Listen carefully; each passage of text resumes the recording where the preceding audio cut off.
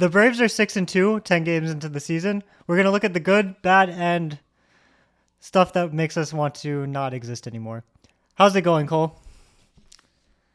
You know, to quote Charles Dickens, it was the best of times. It was the worst of times. But such is life in Braves country. And then end quote. Yeah, it's, we're coming off a sweep. You would think, oh, hey, Braves swept the Diamondbacks, the team that was in the World Series last year. You must be feeling pretty dang good about yourself. But unfortunately, it is not all rainbows and sunshine. We have some pretty tragic news. Okay, maybe tragic's a harsh word for it. But Tragic in the baseball sense, for yeah, sure. brutal news to go over. But in terms of game action, I mean, so far the results have been there. It hasn't exactly been a pretty road, but 6-2 is nothing to scoff at. But yeah, how are you feeling, Mitchell? It's funny. I got home a little late yesterday, so I didn't see the beginning of the Braves game. We're recording on Sunday. So I didn't even think it was worth watching a game when the Braves were down 6-0 and watched it anyway. The Braves rewarded me. So I'm having, like, as I'm watching the Braves chip away at this, 6-0, 8-2 game, back in my head, I'm like, oh man, is Max fried? Is this it for Fried too?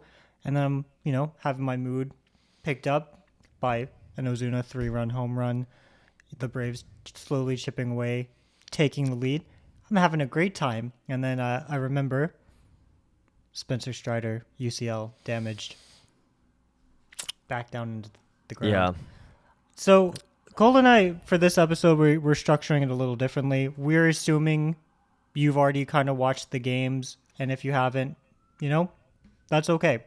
Instead of going series by series where we cover the Phillies, what happened in Chicago, what happened this week in Atlanta, we're just assuming, you might get that somewhere else. And so instead, we're going to cover, I have this as the great, the good, the concerning, and the I want to die even thinking about this category. Pretty much the good, bad, and the ugly, and that's how we're going to go about this episode. So I don't want to start with the I want to die thinking about this category. Do you want to just start, with the good, and then we can work start away? with the best, and then the people who really want to watch us suffer, which looking at our view counts, it seems like why a lot of people tune in. They're gonna have to wait or just skip really rapidly and try to. We're not gonna timestamp this, guys. You're gonna have to guess. If you really want to get the full experience, you're gonna have to start here and I mean, just it's follow gonna be along pretty with easy. us. The frame at 4:32 is just gonna be us, really giddy about Jared Kelenic, and when they hit, the certain timestamp, they can just see us both Our sobbing, mood sour, and that's yeah. when they know they've hit the right section. When they see the tissues appear in the frame, they'll know. But They'll know. yeah, let's start with our biggest, arguably biggest offseason acquisition, Jared Kelenic. He's been awesome. He's been smoking the ball. So one of the funniest things to me is that his BABIP is 733. That's hilarious. But I watch him hit and he's smoking the ball. So it's not like, oh, he's hitting a bunch of choppers to third base and they're not covering it. He's hitting line drives, Yeah. smoking the ball. Hasn't hit his first home run yet, which I'm kind of surprised he hasn't, just because of how well he's been swinging.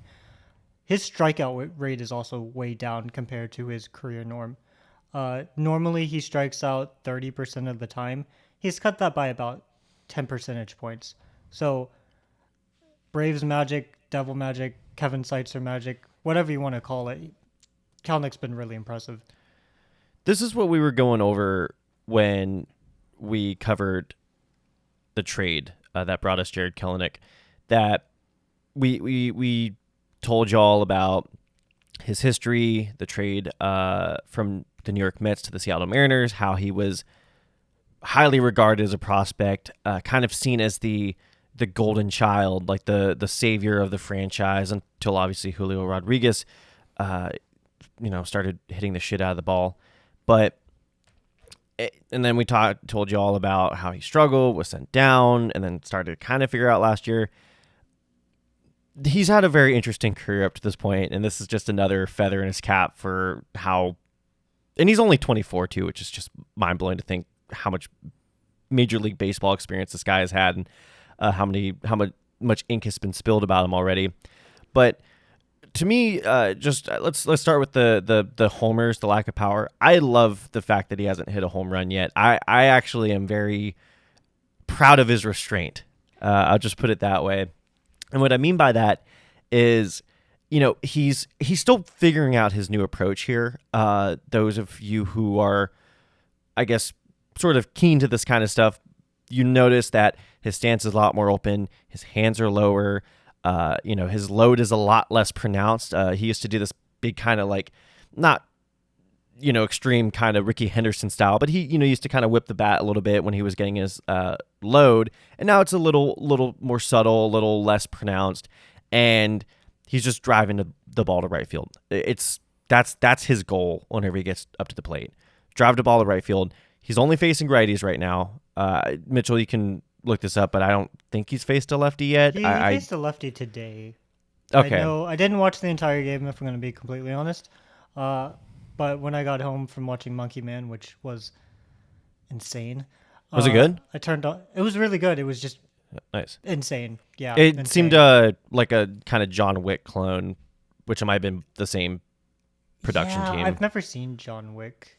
So. I've never seen it either, but I saw Nobody, which I know is also a John Wick clone. I just know a John Wick clone when I see one. It's very obvious. It is. I think you're right. But with Kelenic, I got home, I turned on the TV. It was like 3-2 or whatever. The Diamondbacks had a lefty in, and Adam Duvall was not at the plate. It was Kelenic. But other than that, maybe I know Duvey's faced some righties. Yeah.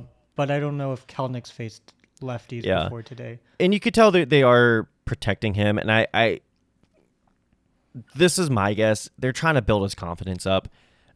They know the kind of person Kelenic is. He's somebody who is looking at his stats, is paying attention to how he's doing. Some players are up there I don't really care how they do care how they're doing, but they're like, I'm not looking at my numbers. Yeah, but in the balance of it, there's a lot of players who are I don't know what my numbers are. I don't know, but Kelenic is one of those guys. He goes at the plate. He sees his stats on the big board, and that affects him. We know that affects him. We've seen that in action, and I think it's a great way for him to build up balance. He's not trying to do too much at the plate, and that's what I'm getting at with when he joined the Mariners and was kind of seen as their savior. He knows that's not his role in the Braves, but he's still a contributor at the end of the day, and he's been by far the most valuable hitter in my opinion. I mean, not only has he, Mitchell was kind enough to put his slash line, but it's 579, 619, 737. He's not doing that in garbage time either. I mean, he's coming up in huge spots. I mean, he's one of those guys when he comes up to the plate in a pivotal situation, you're thinking your lucky stars. That's the guy you want to see up there. And he's doing it by just he's taking almost the philosophy that we were saying about, you don't have to be the guy, you don't have to be the superstar, and applying it to his approach at the plate. You don't have to be the superstar. You don't have to hit the game-tying home run. Just get on base. That's all that we care about. And the results have been phenomenal. There was an article on MLB.com Great so far. Too.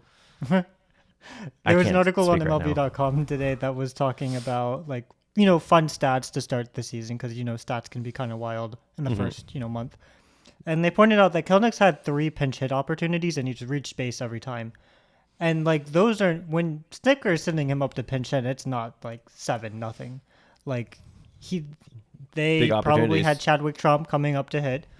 They have Travis d'Arnaud waiting on the bench, and they go, let's go ahead and put Kelenic in. Let's see what he does, and he's delivered. So that's a lot of trust by Snitker in big moments, and right now it's paid off. Obviously, Kelenic's not going to hit 579. Yeah. It's going to come down to earth, but it's a good start. It's a great start. It's a good start. After the spring training too, I don't think I could have asked for a better start. If he went 5 for 20 with 5 home runs, I think that would have been There like, was wow, that's crazy.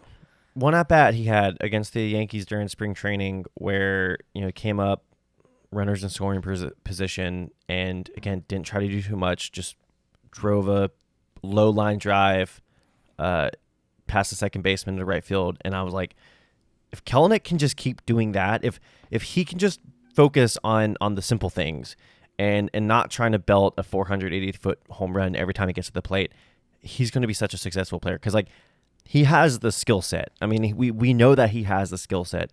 He has the tools. Also, let's not forget too, his fielding has been really good so far. Again, short sample. Like this is just I'm going solely on the eye test. I'm already skeptical of fielding data, maybe outside above average, but every time a ball's hit to left field, I'm like, okay, play's getting made. It is such a different field this season too. Yeah. In addition to Duvall, like last season, you have something hit the left field, and you're like, is this going to be the Eddie Rosario who makes that crazy play at the wall in the World Series in game 5 where he caught that Altuve ball, or is it going to be Eddie Rosario who gets like the worst jump imaginable, and you're like, how did he? Yeah, how did that bounce in front of him? And also he dove for it, and now it's a triple. Yeah. Now I'm like, left field, we got this. The way I think about it is that we have 3 center fielders on the team. Well, yeah, I mean, for these purposes, 3 center fielders in Kelenic, Duvall, and Harris. I know yes. Acuna's played center field, but it's not the Acuna. That was an old version of Acuna. We've upgraded him, and we updated him, and we lost some features, but we also gained some other features as well. So let's move on here. Next up, we got Orlando Arcia. He's been a bit quiet. Down on him. He's what? He's been quiet about this. I know he's been good to start the season, but when I looked at the numbers today, I was like, oh, wow. Yeah. Wow. Oh, yeah. No, another guy, those numbers should be a little bit better because there was a ball that he hit in Philadelphia. I guess it was our opening day where it would have been a home run if it wasn't blowing like 40 miles per hour inward. But he's been really good.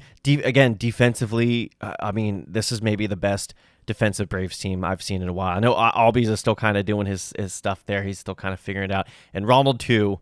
But the left side, like the split down the middle, Harris, Arcia, Riley, and then Kelenic, Duvall, just lockdown defense right now. And Arcia has been hitting the ball. And the thing that I was a little worried about was last year Arcia's numbers were inflated by a hot start. Here he is again, getting off to a hot start, coming up in big situations, and I'm kind of believing in Arcia again. I mean, I know that's stupid to say. Like once he's he's putting up really good numbers. Like of course you believe in me, you idiot. But yeah, I mean he's proved me wrong, and I'm glad to admit that. I thought there was a reasonable chance that if Arcia struggled this season and Nacho Alvarez did really well, that the Braves would do what they did with Michael Harris and said, we don't care about service time. We don't care about age. We don't care that he hasn't played that much in Double-A yet. We need this position filled. We have trusted our scouts. We believe that he can fill this. And they would just promote him. Mm-hmm. There is no way that that's happening this season. Yeah. If Arcia even hits... He has a 162 WRC plus right now. That's not going to stay that way. But it's pretty clear, I think, that he's going to be hovering around 100. And as long as he plays defense like he does, like last night to end the game, he made that great diving stop, quick throw, accurate throw to end the game. There's no way the Braves are going to rush a prospect to replace a guy who's a 2.5-3 WAR player. Yeah. And if you had told me 2 years ago that we'd be getting back-to-back years with Orlando Arcia being a good starter, I'd be like, no way. So far, he's off to a great start. He also, like Kelenic, has a super high BABIP. Like we said, it's going to come down. We expect it to. We don't think he's going to be a 162 WRC plus player. But what he's showing is that he's not going to be that guy who you're pressing the panic button for. Yeah. And you're like, oh, we have no solution at short. Defense looks good. Offense looks good. I'm happy. Yeah. I mean, I'm fully expecting his numbers to regress to where they were last year just based on his start now. And again, I mean, we're a week and a half in the season. It is, by the way, so funny, the overreactions from people the first week of the season, or especially like the first weekend, like opening weekend. I'm not going to say who said this, but the first game of the season, Tim Anderson, his first at bat, hit a double, and somebody said, "Oh wow, Tim Anderson is back." I'm not going to say who said it, but I have proof. It did happen, and they were not joking, as far as I could tell. So I mean, the Marlins obviously are so back.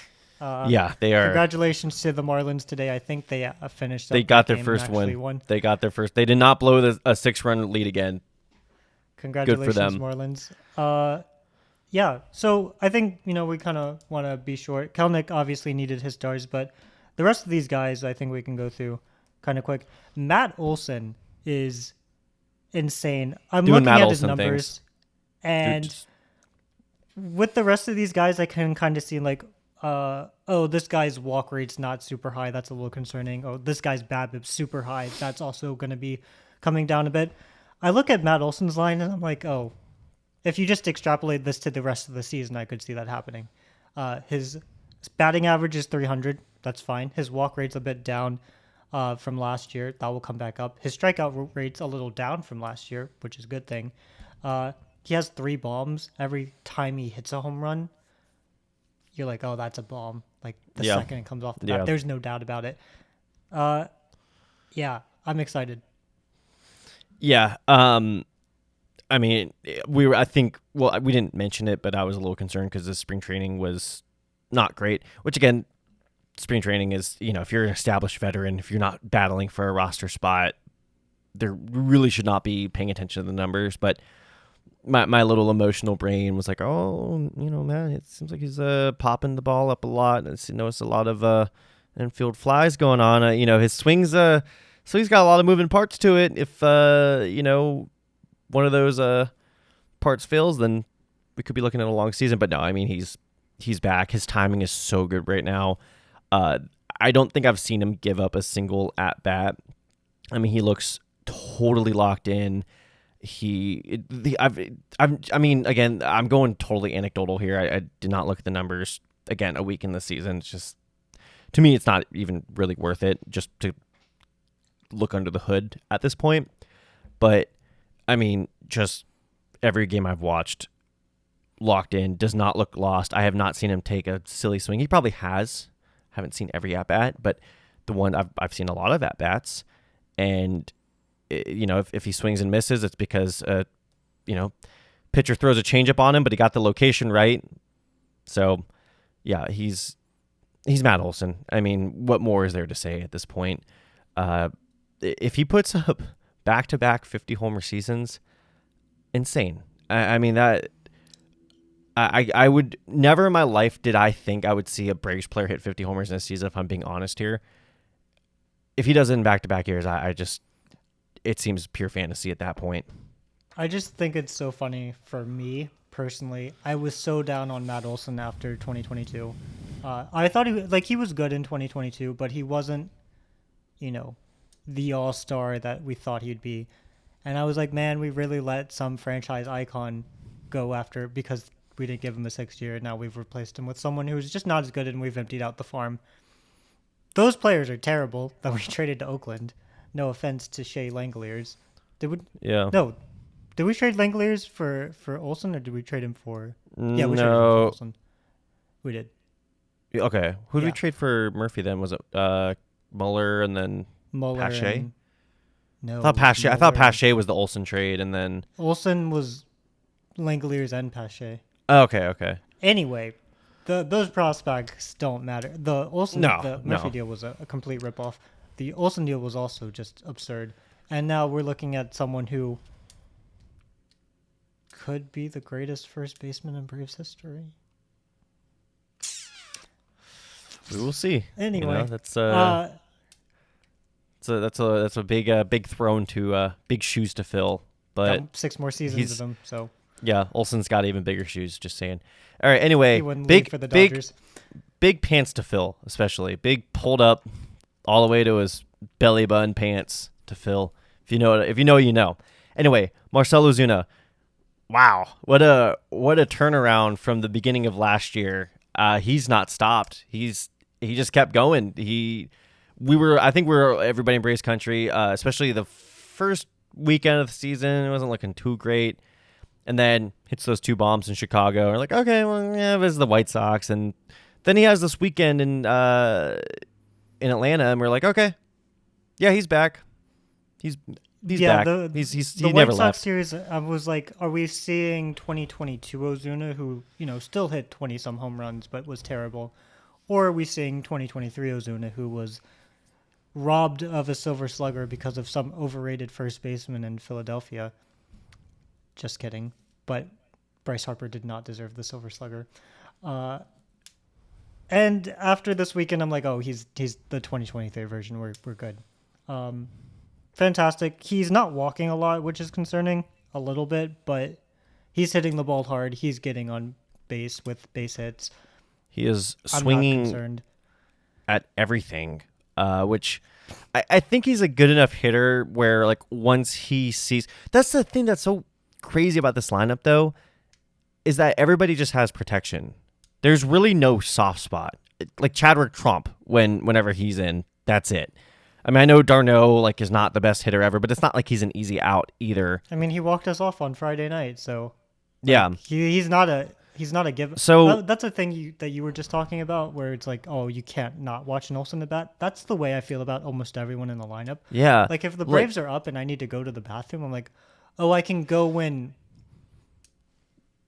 I don't want to miss Acuna's at bat. I don't want to miss Albies at bat. Riley's, Wilson's, Ozuna's, Harris's. The Braves 7, 8, 9. So let's just say the 7, 8, 9 is Arcia, d'Arnaud, Kelenic. That's better than like I know it's the White Sox, but that's like better than the White Sox top of the order. That's better than the Athletics top of the order. Like, I know we're talking. I know I am mentioning some really bad teams here, but again, I'm comparing our 7, 8, 9 to another major league team's 1, 2, 3. Like, I don't care how bad those teams are. If your 7, 8 through 9 is like better than any team's 1, 2, 3, like that, I'm saying more. To me, it's saying more about the Braves bottom of the order than those teams top of the order. I mean, they're still pretty bad at the end of the day, but that's just how good they are. And there's just nowhere to put most of the guys. Kelenic is right now would be either a 2-hitter, 3-hitter, maybe even a leadoff hitter, honestly, or 3-hitter for like 10 other teams at this moment. Anyway, we have 8 more minutes, so let's go over the rest of the great, and then we'll do the break, we'll do the good, concerning, and then the makes me want to die. Michael Harris, the second MVP campaign, is off to a roaring start. Excuse me. I'm a little concerned about him against lefties still. He's just, every time I see him, again, I'm not looking at the numbers. I'm just going to ignore those until we get just a few more series in. But just against lefties, he's looked completely helpless. Swinging in front of a lot of pitches too, I've noticed. It seems like they're just kind of throwing him breaking stuff. If they're throwing him a 96 mile per hour fastball, he has no problem catching up to it. It's just sliders, curveballs, changeups to death, and mostly sliders and curveballs, not really changeups. And he's just swinging in front, swinging over. So that's concerning to me. But against righties, I mean, he's basically what Ozzy Albies is against lefties. Yeah, and I've noticed in a few at-bats where I'm not great with pitch select. Like, I don't have a pitcher or catcher's brain. But I know with a few batters like Harris, you get him 0-2, slider in the dirt, slider in the dirt, slider in the dirt. And I to his credit, I have noticed him lay off more of those pitches. Like, that is the game plan as as opposing team. That should be the opposing team's MO. Harris needs to learn how to adjust to that, and I think he's slowly getting it. But yeah, he currently has a 178 WRC plus.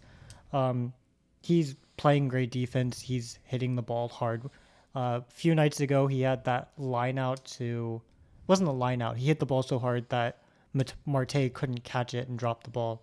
And then he forced out Olsen at second. That should have been a hit. He hit the ball 114 miles an hour. So, like, he's not getting super lucky. Yeah, MVP candidate. He'll get there, I think, with Also, bad swings. just for the folks who are not aware, he's our 6 hitter currently. He's our number 6 And hitter. where else are you gonna put him? No, Six nowhere. is best. That's where he belongs. You That's basically it's like weird because you shorten the lineup where it's like you have like a 1 through 5 that's just best in the game, and then you have to face like another MLB team's 1 through 4. one through. Yeah, like Harris Essentially. on another team should be hitting first, second, or third. Yeah, Probably third, because of his on base percentage. And the Braves can't put him at third because they have Austin Riley. They can't put him at second because they've got Ozzy Albies. They can't put him at cleanup because they've got a guy who hit 4 home runs last year. he's on I pace don't to do know. it again. Last part of the great, and then we take a quick break and then go to the good concerning, and then I want to die. Bullpen has been amazing. Some people were kind of trash talking Aaron Bummer just after Sunday's game in Philadelphia. He just got awful luck. I mean, that we should have gone out of the inning. It should have been a double play. It's just it was like either Albies or Arcia, just slight hesitation, and initially we got the call. Obviously, Phillies challenged, overturned it, and then that's when Alec Boehm got the go-ahead 2-run single. But everything else has been good. I know you have here slightly concerning low K rate. You know, when you look at bullpens, you do want to see that number a little higher. Do you have the exact number, what it's at right now, just as a bullpen? I don't, but it's 6.5 K per 9, which is not. Oh, wow. That's really low. Yeah, that's really low. But part of that is just guys like Dylan Lee, who I never thought would eat innings, go out last night and not strike out a batter, but get 3 innings of work in. Or Jesse Chavez getting, 2 2/3 when he's bailing out Max Fried, Yeah. striking out a batter. I didn't know this until I was doing research for a TikTok for a YouTube channel, that Jesse Chavez had a higher K rate than Garrett Cole last year. That's hilarious. Uh, That's really funny. Garrett Cole's So- K rate was down, though. but That's why he was so good. Jesse Chavez. Yeah. So it is a little concerning. The thing that kills me in a good way about this bullpen is that on Friday you throw out Minter or Pierce Johnson and then Raisel Iglesias. You hold back Pierce Johnson the next day, or maybe I'm getting this backwards, but it's AJ Minter and Iglesias, and now you have Johnson again, where your bullpen depth is so extreme that you can rest your 8 and 9 inning dudes on a Sunday in a 1-run game pretty much, and then you throw out a guy who had one of the best innings of all time in a playoff series, who's still doing half well. He's matchstick has exceeded my expectations. Yeah. You have Joe Jimenez, and then you have Pierce Johnson, who is outstanding, and you didn't even actually pitch your best relievers that game, and you didn't need to. Yeah. I don't know. That's the thing that's getting me. It's like in terms of high end dudes, it's we don't have a Camilo Doval, we don't have a Joe and Duran, but we have so much depth that you can kind of like fake it, like almost kind of Frankenstein, like your high end guy, where it's like you have a guy for every situation. We have like 4 or 5 8-inning guys as opposed to we don't have a true great 9th inning guy. Like Iglesias isn't a top 5 closer. No, not at all. We don't have, but we just have a bunch of 8-inning guys. Yeah. And we just And that's put them the thing wherever. with this series against Arizona, which remember we did just sweep them. I mean, let's not forget this. It didn't seem like it. I mean, we were down for most of the first 2 games, but the real hero, in my opinion, was the bullpen. The ability for them to basically pick up after the starters, which obviously, we'll get to Strider, but Free didn't have a great start either, and to be able to hold these offenses that literally were having a good game. We're both clicking both nights, and then to hold them at bay. It's not like you're up 4-0 against a scuffling offense and, they just continue to scuffle against the bullpen. Like, these are offenses that were doing really well, and being able to hold them and let the offense come back, that's amazing. I mean, that's crazy. I mean, these comebacks aren't going to happen without Jesse Chavez, Joe Jimenez, AJ Minter, Dylan Lee doing Yeah. their work. I mean, it's great. Good stuff, good stuff. Anyway, we're going to take a quick break. When we get back, we're going to briefly go over the good, the concerning, and and then then go the into a tailspin. woo! Fun times. All right. Kill me. We'll be back on Bravescast.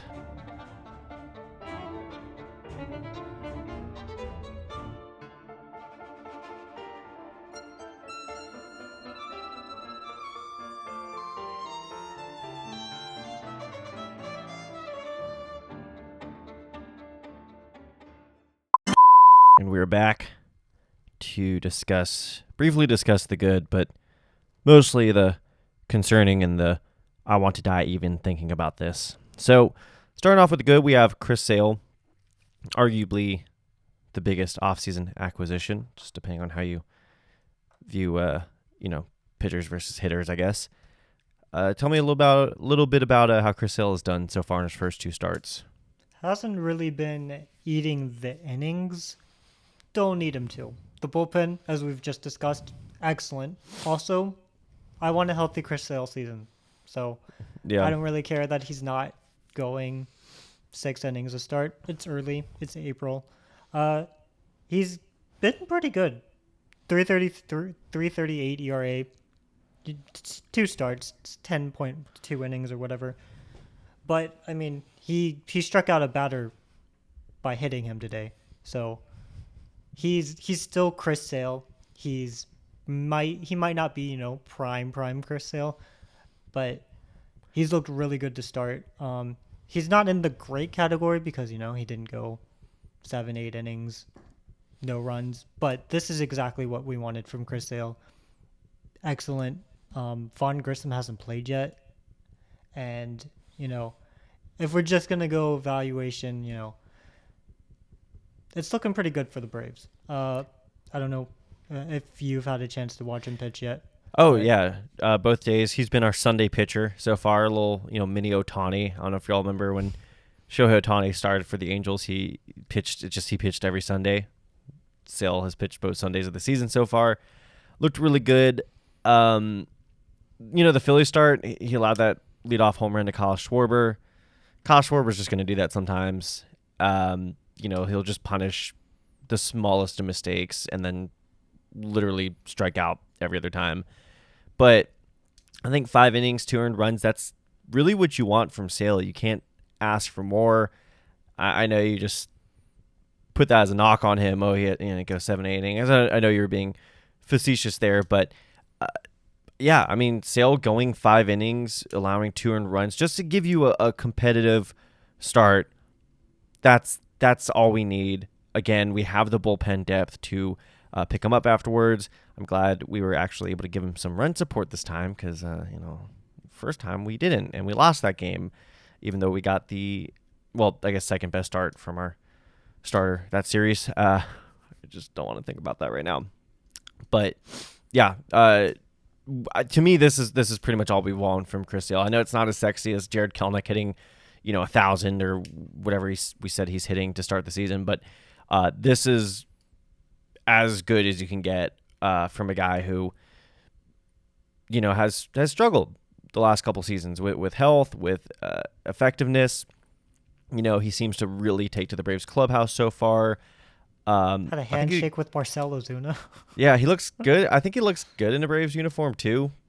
He for some reason the lankiness actually lends itself to the Navy's going to look weird. I mean, it looked weird during spring training, and I know that's also partially because of the Fanatics uniforms, but the Braves whites, yeah, I was like, okay, Chris, I was not familiar with your game, but you can actually rock those jerseys.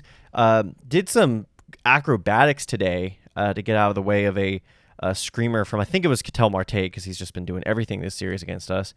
I don't know if you saw that clip of him. You were probably watching Monkey Man, but line drive right to him, and it literally looked like Charlie Brown, where he flipped over a few times. Like his long spindly legs just like went flying everywhere. Luckily, Ozzy was right there to back him up and make the play, but that was a fun sight to see. But yeah, Chris Sale's been awesome for us. Ozzy Albies, What's up? Exactly what we want. Yeah. Yeah. Speaking of Ozzy, because he's been exactly what we want. We're kind of in a state where, players are either way overachieving or way underachieving. Yeah. In Matt Olson's case, as we mentioned, I kind of think that's just who he is. He might come down a little bit. Matt Olson's a top 10 player in baseball, so of course it was great. Ozzy, on the other hand, is kind of just doing Ozzy things, and that's good. I don't really have that much more to say. I just wanted to say congrats to Ozzy Albies for getting off to a very Ozzy Albies start. He's pretty much who he's going to be for the rest of the season. Sweet. All right. The concerning Ronald Acuna Jr. One of us is a little more concerned than the other, but the seed of doubt has now been planted, and I'm growing more concerned by the day. Do you want to kick us off with that one? I know you've been talking to me about it this week. Yeah. So last year, to start the season, and a lot of us don't remember it because obviously he had the amazing September, amazing August. I mean, every month was amazing, but started last year, I thought we were getting a different version of Ronald, a more Ricky Henderson-esque Ronald, and I was really on board with that. He was hitting the ball on the ground the same rate he was in 2022, but he was hitting it extremely hard. I mean, just rockets everywhere in the infield, getting past every infielder. I was like, that's cool. He was stealing bases, obviously at a rate where he ended up stealing 70 for the season. And I was actually on board with that version of Ronald. This year, we're getting that version of Ronald minus all the cool, fun stuff. Minus all the stuff that you'd put on the poster, and then some. Let's just go through the list here. Swinging and missing.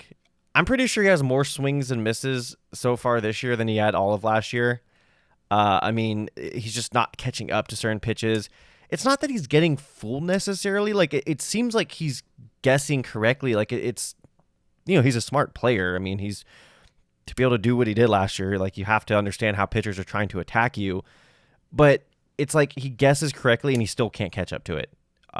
He's swinging and misses at fastballs. It's not like there's one pitch that he's like really struggling against where it's like, okay, fix that and then it'll start clicking.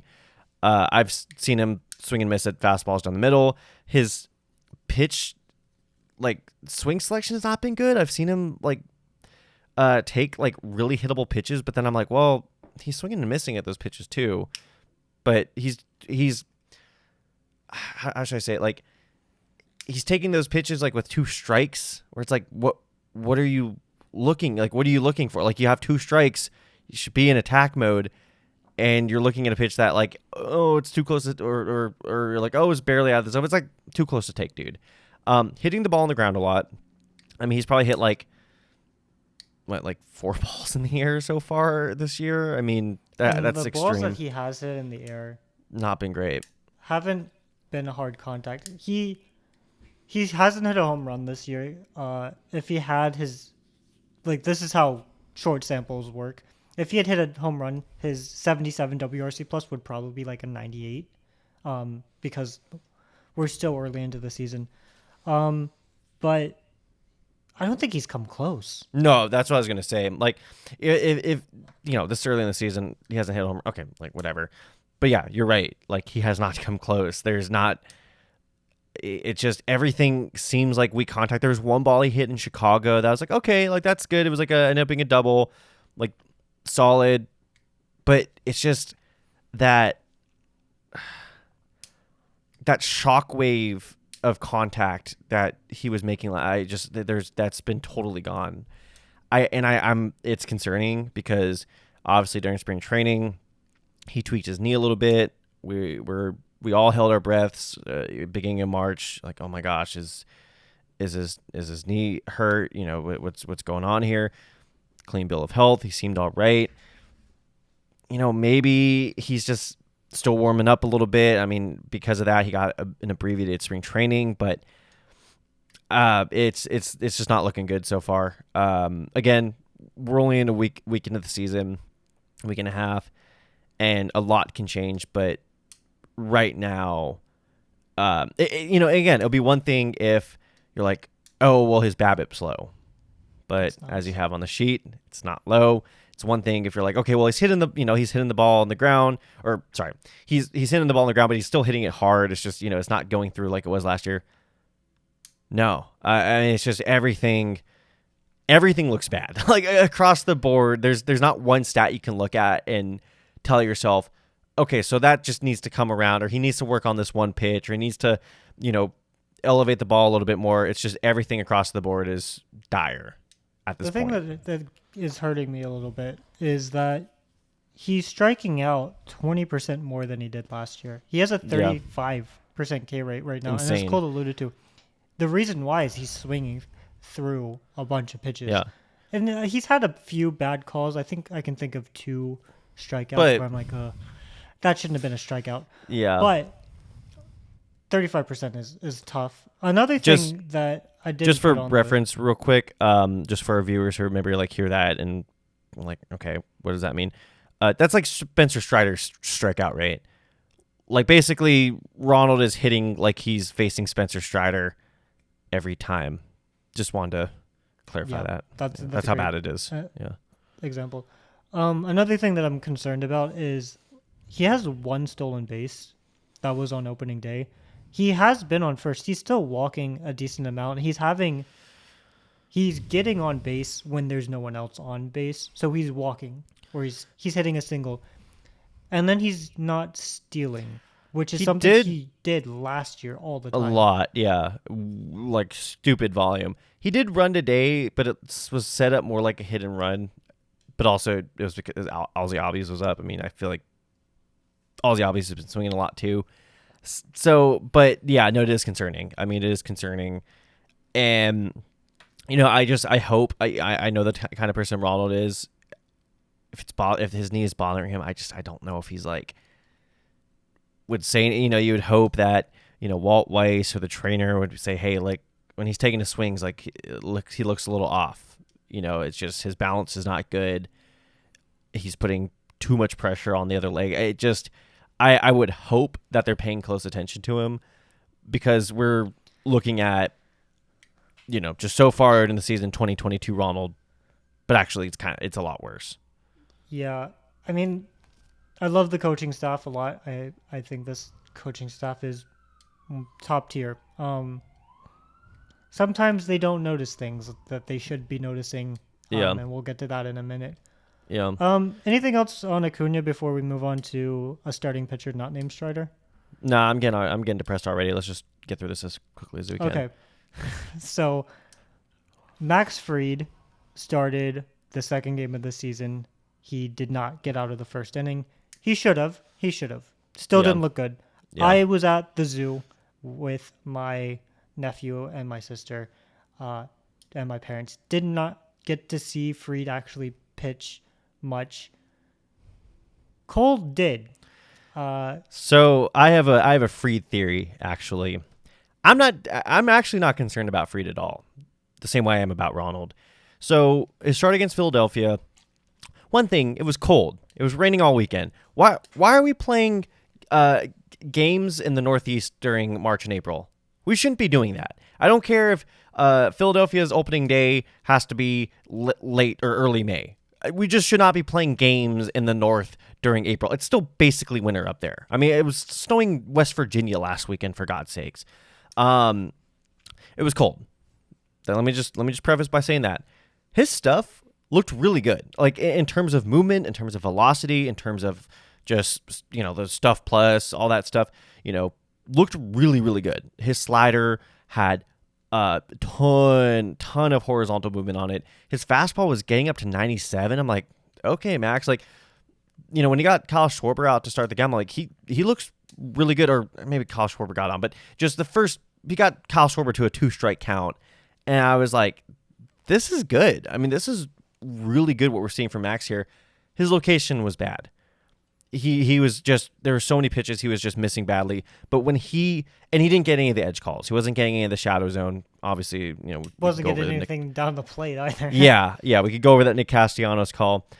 His locations were bad. and he wasn't getting any favor from the umpire even before the Nick Castellanos call. And he was just, I mean, it was like 2 weakly hit balls that found grass and then a bunch of walks where, he was barely missing on a lot of them, and then some of them were pretty bad misses.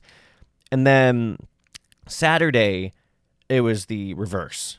It was his locations were good. He was finding the strike zone. I mean, it was dotting the plate, but his stuff was bad. Fastball velocity was down.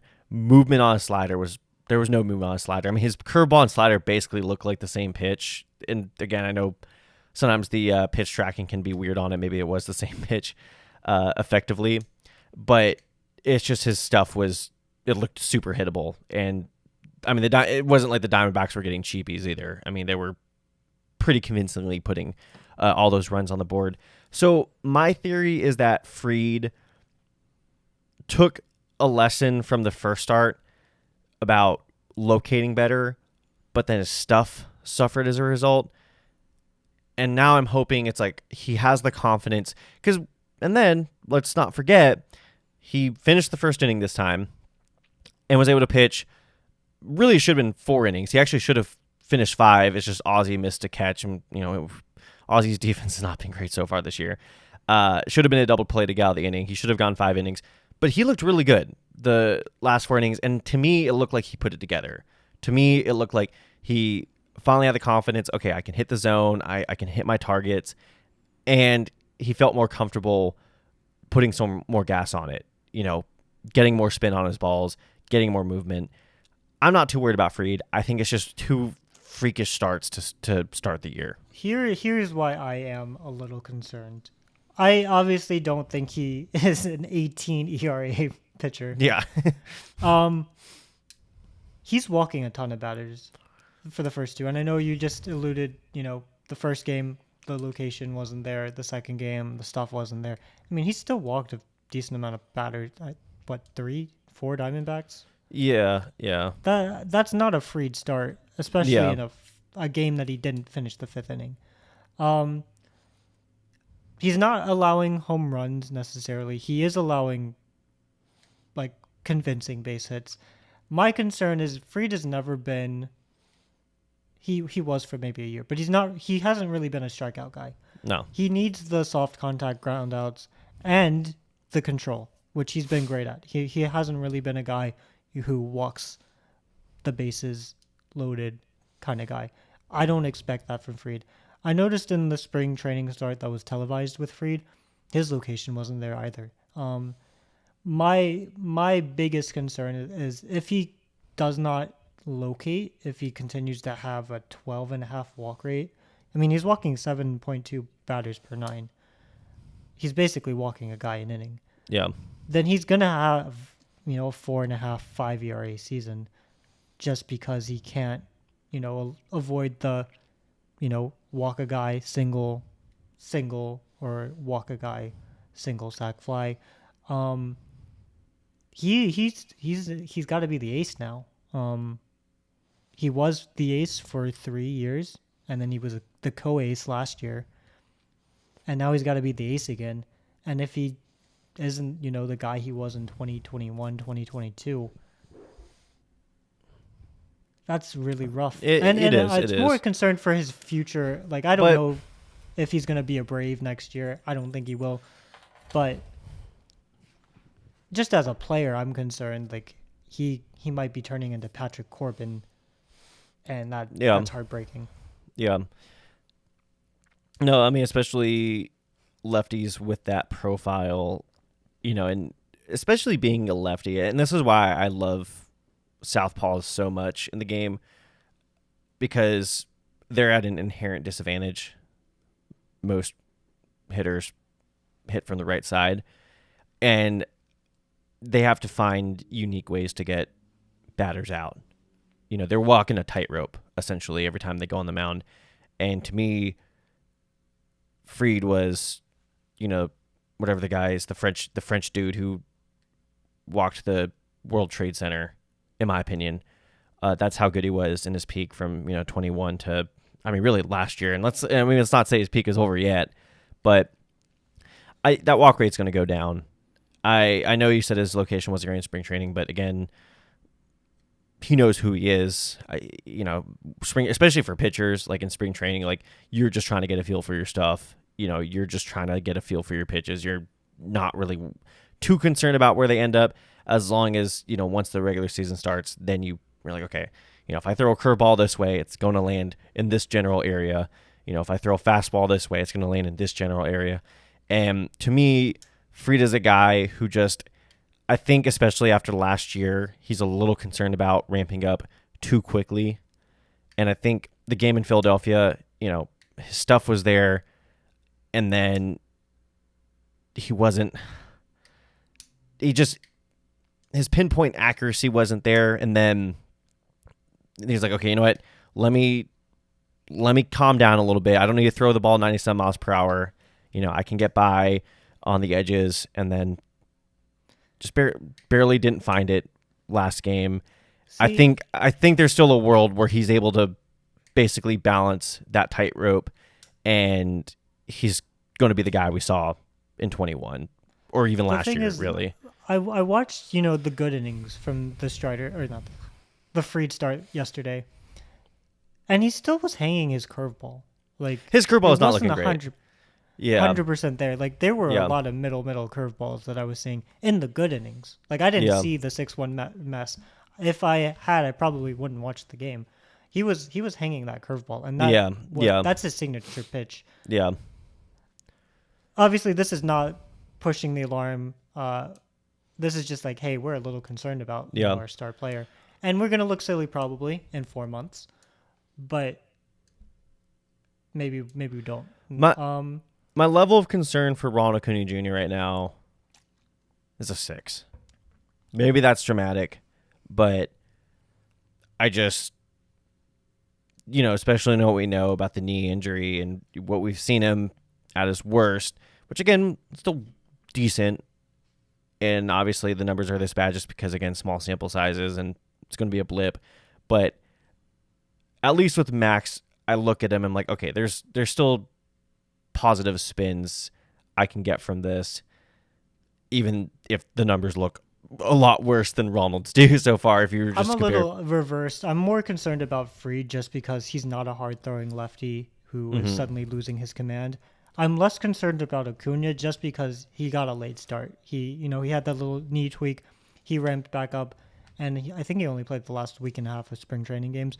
Maybe he just didn't see the ball as well as he thought in spring training. Now he's getting up. I am a little concerned about the stolen bases not being there, just because that's what he did so well last year. But I'm kind of like, oh, he did miss some time in spring training. Yeah. Maybe he's just ramping up. With Fried, I'm like, ugh. Yeah. And no offense to Acuna. He's obviously, in my opinion, the best player in the game. But as we've seen this weekend, our lineup is less reliant on him than our rotation is on Max Fried.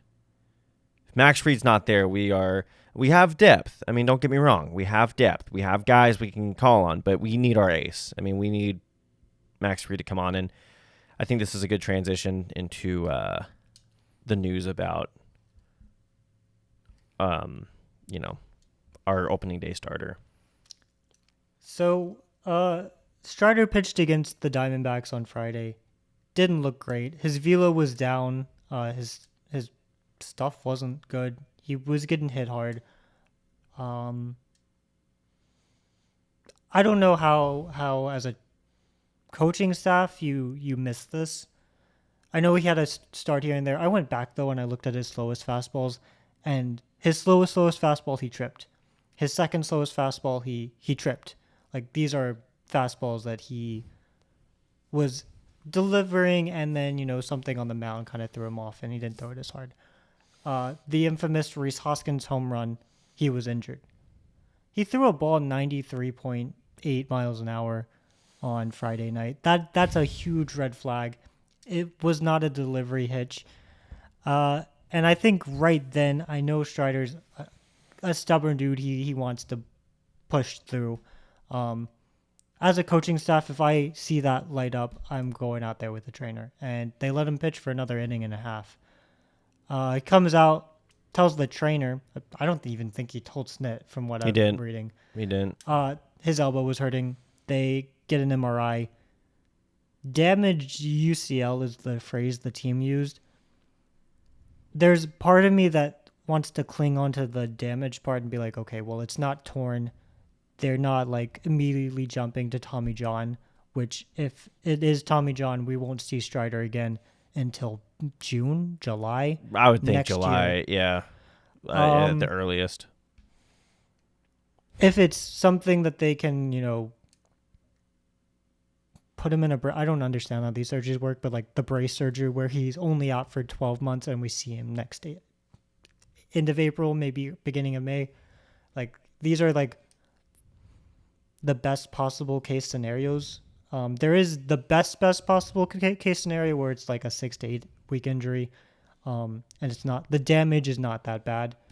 Kind of along the Garrett Cole line. Yeah. Zach Gallen had this, not this issue, but he had a UCL issue a couple of years ago. He took a month and a half off, came back. I don't think he's missed a start since then. That's an exception. Yeah, so Cole and I are pretty much at the point, I think, where we've accepted that we're not seeing Spncer Strider again on the Major League mound until at least May next year. And this is his second UCL issue. And I don't know if you've had this thought. This has been running through my mind since 4:30 p.m. Saturday. Is this going to be the next Michael Soroka? Is this going to be a guy that we see infinite potential, a guy who you can see he's got the talent, he's got the brains. Like some pitchers, they just have the talent.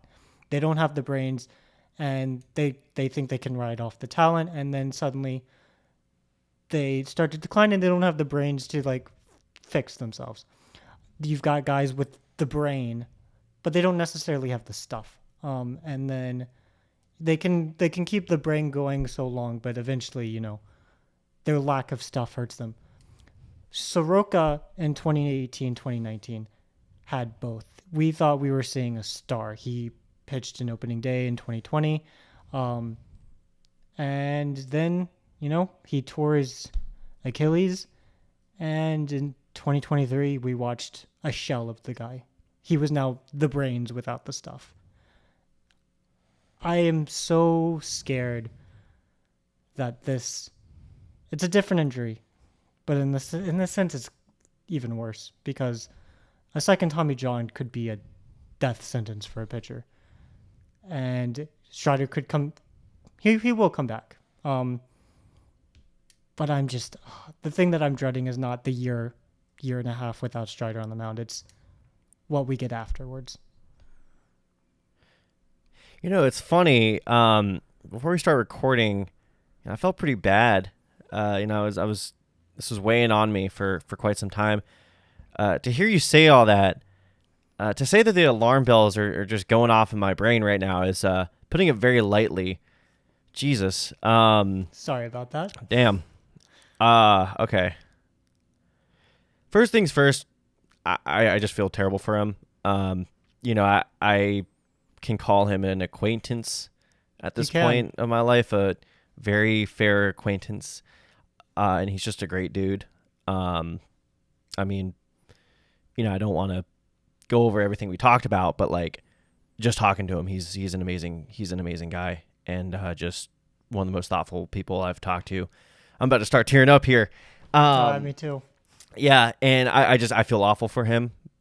Just in terms of, he's at the height of his career right now. I mean, universally was everybody's Cy Young favorite. I mean, he was coming to the year as like the top pitcher in the game. And then for this to happen, the more, I guess, pragmatic side of it, let's just talk about Spncer Strider here. We can talk about the Braves, emergency plan after this, but I don't even care about that. The Braves have 4 good starters. They had 3 good starters last year. It doesn't matter. Coming back. Right now, he is, I would presuming, on his way to Arlington. They're probably not going to announce. He's probably going to get his test results tomorrow. They're probably not going to announce it tomorrow just with Hank Aaron Day. I would be so surprised if they, even if it was good news, I would be surprised if they don't want to. They're very seem very set on tomorrow being dedicated to Hank Aaron. They don't really. They're going to hold off on it until Tuesday, so we won't know until Tuesday. If you're listening to this on Monday, I would be very surprised if you know more than we do right now. And you hear ligament damage. That's pretty much the worst thing you could hear from that. From an MRI, I guess I thought an MRI would tell you everything we need to know. I thought we would have gone, torn, partially torn, sprained. It's just like kind of, it's still intact, but it's just like swollen, and we don't know why yet. But so it was the vagueness of it was not great, but. Listening to Snitker talk about it, I mean, it seems like they're not telling us everything right now, but Snitker's reaction seemed pretty dire, if I'm being honest here. It's not like he seemed pretty devastated by it. So, we will see. I mean, we will find out on Tuesday. Second Tommy John. And not only that, but second Tommy John in 5 years. I mean, it's 15 years ago we thought, okay, you get a Tommy John and you come back. If you're able to come back from the first one, you're good. You pretty much have enough tank in the gas to get through an entire MLB career. And I mean, I'm trying to think of players who've come back. The first player that's come to mind who's come back from multiple Tommy John surgeries is oh my gosh, he's on the Cubs now. He was on the Pirates. Jameson Taillon. He was a promising pitcher. To be fair, he was a pitching prospect for the Pirates and not the greatest at developing pitchers of Taillon's ilk, but he hasn't really been the same. It's tough. Shohei Ohtani, he didn't disclose if it was Tommy John surgery. Most of us believe it was. So we're going to see how he comes back from it, but it's not easy. I mean, that's why if it is Tommy John, I don't think we're seeing Strider until July next year at the earliest. I mean, just you have to give it that much more time. The Braves also are more cautious with Tommy John than I've seen with other teams. Some teams will let them come back within the 13 months. The Braves seem, from what I can tell from the past couple of guys, they're like 15 months. You're not going back before then. Yeah. I'm all in favor of that. So I'm looking players with multiple Tommy Johns. Nate Eovaldi is up there. And then you've got guys like Taillon, Daniel Hudson, Joakim Soria, Chris Capuana. Brewers legend. Chris Medlin had multiple Tommy Johns. That didn't end well. Brandon Beachy had multiple Tommy Johns. That didn't end well. Johnny Venters had multiple Tommy Johns. That didn't end well.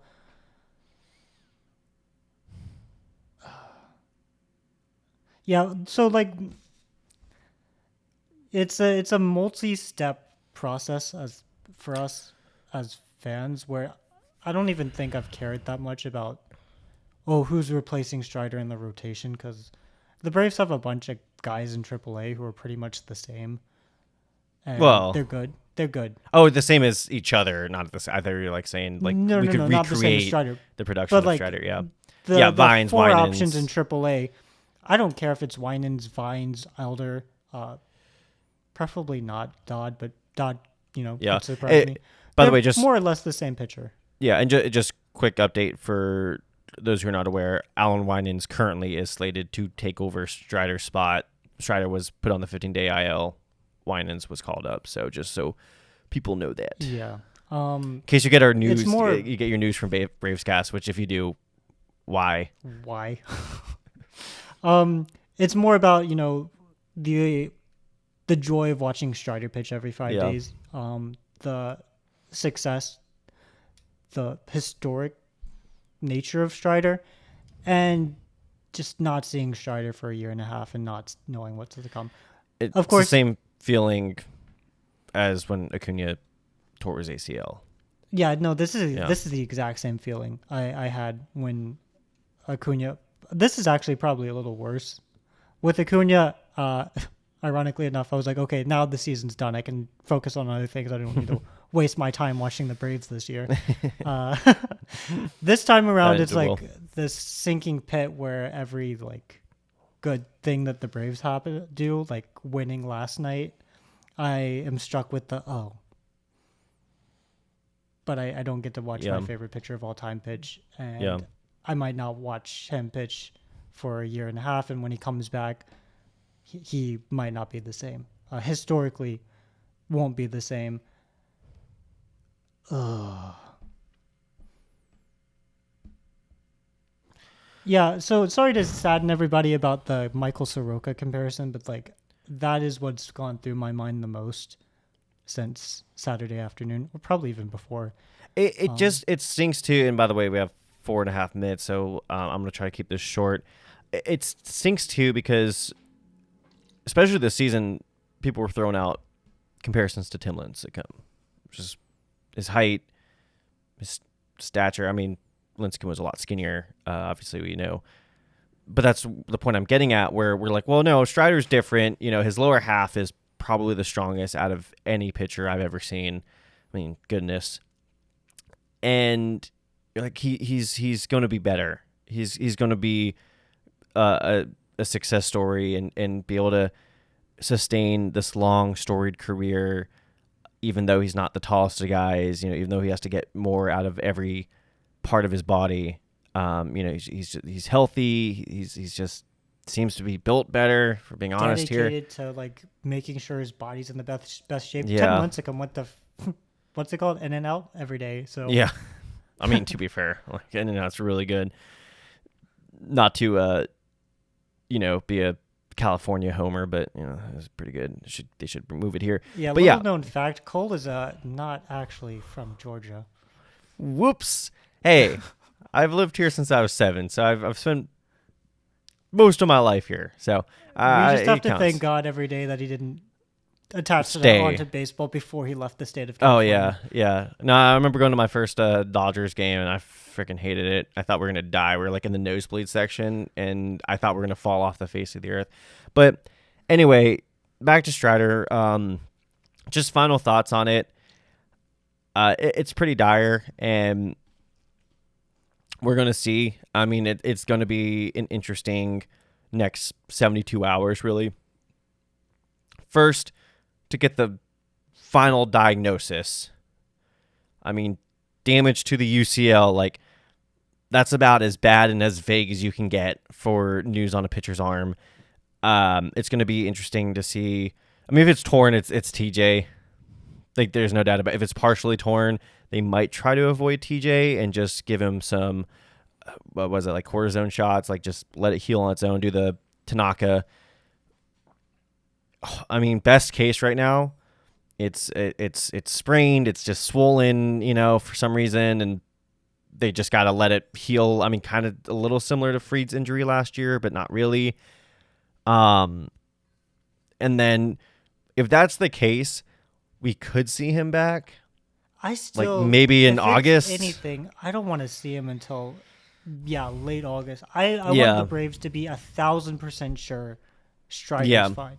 Yeah. I don't want him to be rehabbing on I feel okay now. I want him to be like they've completely rebuilt him, and you know, there's absolutely zero, like there's never going to be zero risk, but like it's almost as if he was pitching last year.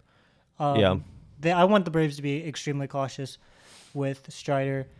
And that's another thing. It's like, even if the best news is out there, then I still don't want to see Strider on the mound until at least towards the end of the season. Yeah. Same. Even if he could come back earlier. Yeah. I don't even want to risk it. I want to. Yeah.